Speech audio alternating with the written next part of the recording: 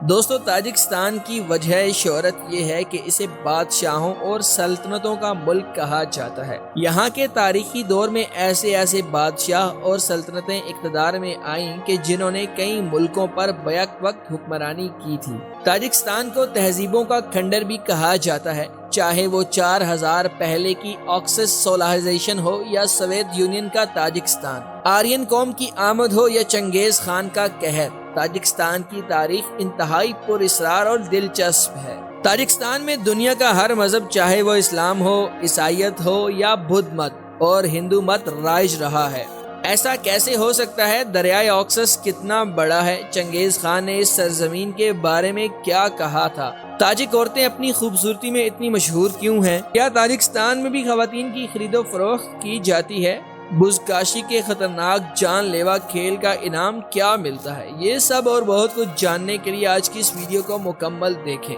Video شروع کرنے سے پہلے ہمارا چینل ڈاکومنٹری دیکھو ضرور سبسکرائب کر لیجئے تاکہ ہم مزید مزیدار ویڈیوز آپ تک پہنچاتے رہیں۔ ناظرین، ویڈیو سے پہلے ہم آپ کو ان سوالات کے جوابات دیتے چلیں کہ دریائے آکسی کی لمبائی 2540 کلومیٹر ہے، جو 4 ملکوں کے درمیان سے گزرتا ہے۔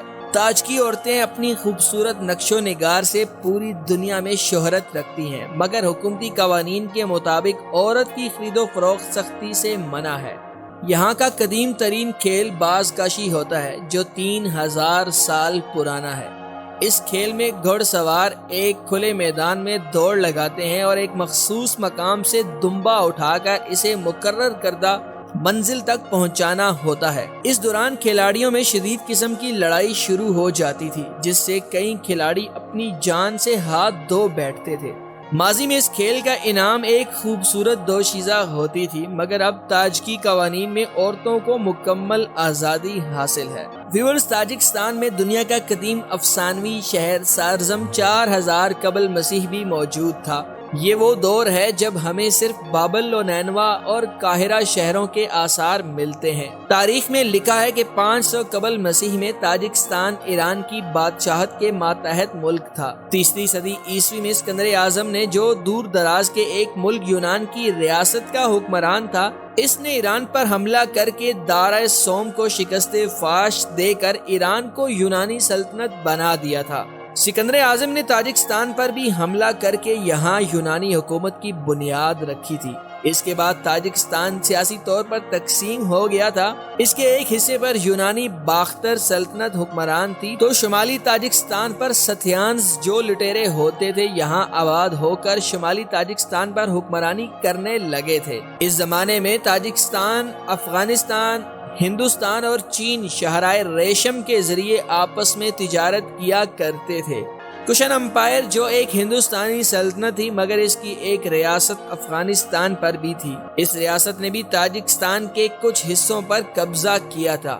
مورخین کے مطابق 4 صدی عیسوی میں تاجکستان میں بدھ مت، زرتشت، ہندو مت اور چینی مذہب کی پریکٹس کی جاتی تھی۔ 5ویں صدی عیسوی میں یہاں ایک عجیب قوم نمودار ہوئی۔ یہ قوم بربریت میں کسی کا ثانی نہیں رکھتی تھی، مگر فنون حکومت میں اسے اعلیٰ ترین تجربے کا اعزاز حاصل تھا۔ وائٹ ہنز نے نہ صرف 5ویں صدی عیسوی میں افغانستان کے ایک حصے پر حکومت کی، بلکہ انہوں نے تاجکستان میں بھی چھوٹی چھوٹی ریاستیں قائم کر کے یہاں سے کشن اور ایرانیوں کو باہر نکال دیا تھا۔ خواتین و حضرات، 6 صدی عیسوی یعنی 651 عیسوی میں یہاں اسلام کی آمد شروع ہوئی تھی۔ 715 عیسوی میں اموی خلیفہ ولید اول کے زمانے میں ابن قتیبہ، جو خراسان نامی کے علاقے کے گورنر تھے، انہوں نے سارا تاجکستان فتح کر کے یہاں کے مقامی نوابوں کے ذریعے اسلامی حکومتیں قائم کی تھیں۔ 819 میں تاجکستان میں خلافت عباسیہ کا زور کچھ کم ہوا تو یہاں سامانیان ریاست، جو دراصل ایران اور تاجکستان کے ایک حصے پر مشتمل تھی، اس نے تاجکستان کی مضبوط ترین سنی ریاست ابھر کر سامنے آئی تھی۔ اس سلطنت کا دارالحکومت بخارا میں تھا۔ بخارا مسلمانوں کے نشاط ثانیہ کا عظیم ترین شہر شمار کیا جاتا ہے، جس کی وجہ شہرت وہاں کے دینی مدرسے، علماء اسلام، ریسرچرز اور شاعر ہوتے تھے۔ سامانیہ ریاست کے ختم ہونے کے بعد سینٹرل ایشیا اور تاجکستان میں بے شمار خون ریزی کی جنگیں ہوئیں اور یہاں ایک خوارزم سلطنت قائم ہوئی تھی۔ ابھی یہ سلطنت نومولود ہی تھی کہ وہ چنگیزی طوفان آیا کہ کئی سو سال لگ گئے تھے بکھرے تاجکستان، افغانستان اور سینٹرل ایشیا کو۔ چنگیز خان، جس نے 1206 میں تاجکستان کے پڑوسی ملک چین پر قبضہ کر لیا تھا، اس نے اب خوارزمی سلطنت پر حملہ کر کے اس کے دو عظیم ترین شہر بخارا اور سمرقند تباہ کر دیے تھے اور لاکھوں لوگ ہلاک ہوئے تھے۔ 1218 سے 1370 تک تاجکستان منگول سلطنت کا حصہ تھا۔ 1370 میں یہاں منگولوں کے ایک کزن قبیلے کے سردار امیر تیمور نے تاجکستان سے منگولوں کو مار بھگایا تھا اور تیموری سلطنت کا آغاز کیا تھا، جو 1506 تک جاری رہی تھی۔ امیر تیمور اور بابر دونوں، جنہوں نے تقریباً آدھی دنیا فتح کی تھی، تاجکستان میں ہی پیدا ہوئے تھے۔ 15ویں صدی میں یہاں تیموری سلطنت کے اقتدار کا سورج ترک قبیلوں کے ہاتھوں ہوا تھا، جنہوں نے تاجکستان کے اندر شیبانیان ریاستوں کا سلسلہ قائم کیا تھا، مگر یہ تاجکی ریاستیں زیادہ دیر تک اپنی خود مختاری تیموری ریاستوں کی طرح برقرار نہ رکھ سکی تھیں۔ تاجکستان کا ایک حصہ خوقند، جو پڑوسی ریاست تھی، اس میں شامل ہو گیا تھا۔ 1740 میں یہاں باقی ماندہ شیانیان ریاستیں بھی ایران کے نادر شاہ کی زیر سرپرستی چلی گئی تھیں اور صرف ایک ریاست بخارا خود مختار تاجکستان کی محافظ بچی تھی، مگر وہ بھی برائے نام ہی آزاد یا خود مختار تھی۔ اس پر روسیوں کا دباؤ بڑھنے لگا تھا۔ خواتین و حضرات، کیا آپ جانتے ہیں 19ویں صدی میں روس، جو سینٹرل ایشیا کا پڑوسی ملک تھا، اس کے بادشاہ زار روس کی طاقت بہت زیادہ بڑھ گئی تھی۔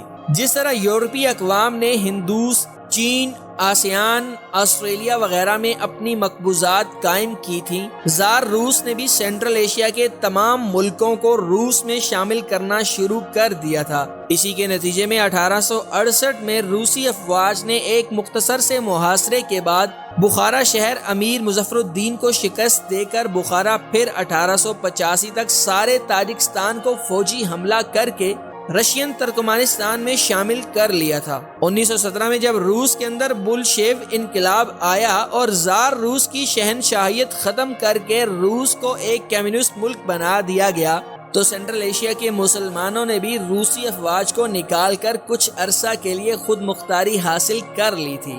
مگر 1918 سے 1923 تک مختلف لڑائیوں کے بعد سوویت یونین نے سینٹرل ایشیا کو پھر سے اپنا ماتحت ملک بنا دیا تھا۔ 1924 میں سوویت یونین نے سینٹرل ایشیا تاجکستان کے اندر Tajik autonomous Soviet socialist republic کی بنیاد رکھی، مگر اس کے دو اہم ترین شہروں کو اس تاجکستانی حکومت سے نکال کر ازبکستان میں شامل کر دیا تھا۔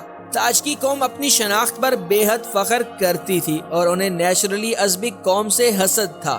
اس کے نتیجے میں تاجکی قوم نے پرتشدد بسماچی تحریک شروع کی تھی۔ سوویت یونین کے دور میں تاجکستان بے حد پسماندہ تھا، یہاں غربت انتہائی اونچی تھی اور معیار تعلیم ساری سینٹرل ایشیا سے بہت پست تھا۔ مگر 1991 میں جب سوویت یونین ٹوٹا اور سینٹرل ایشیا کے سارے 6 ملکوں نے آزادی حاصل کر لی، تو Tajik autonomous Soviet socialist republic نے بھی خود مختاری کا اعلان کر کے سمرقند اور بخارا کو بھی ریپبلک آف تاجکستان کا حصہ بنا دیا تھا۔